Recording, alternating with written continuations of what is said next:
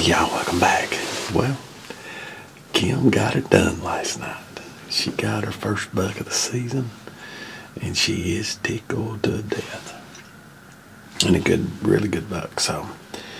But anyway, we celebrated pretty late last night. Everybody come seeing it, and congratulating Kim. So I'm back at this morning. This morning's 39 degrees. And I was running a little bit later than I wanted to, so I didn't get to make it to the stand I wanted. So I jumped in the shooting house.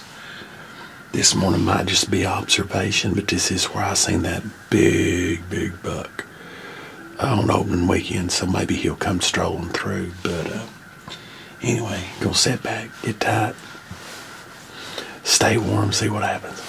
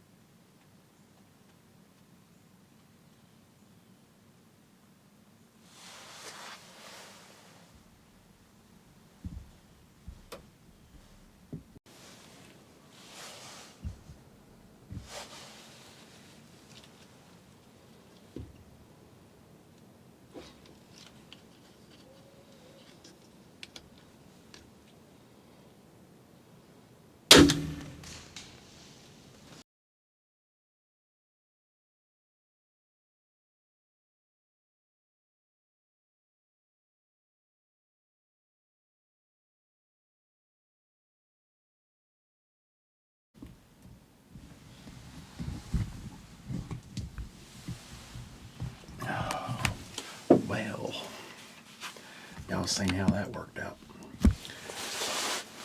Well, here's the scenario, or here's the deal.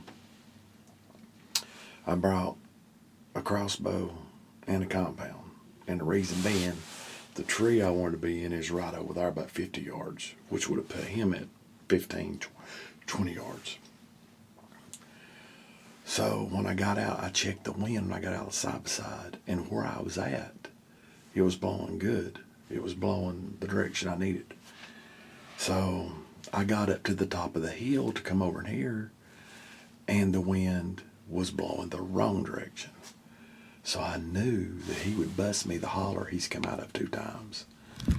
And here in Tennessee, the wind swirls anyway. I need a constant wind. So anyway, I went back to the side by side, put my weight up, grabbed the crossbow, and I come down here and got in the shooting house. That's the only deer that I've seen this morning.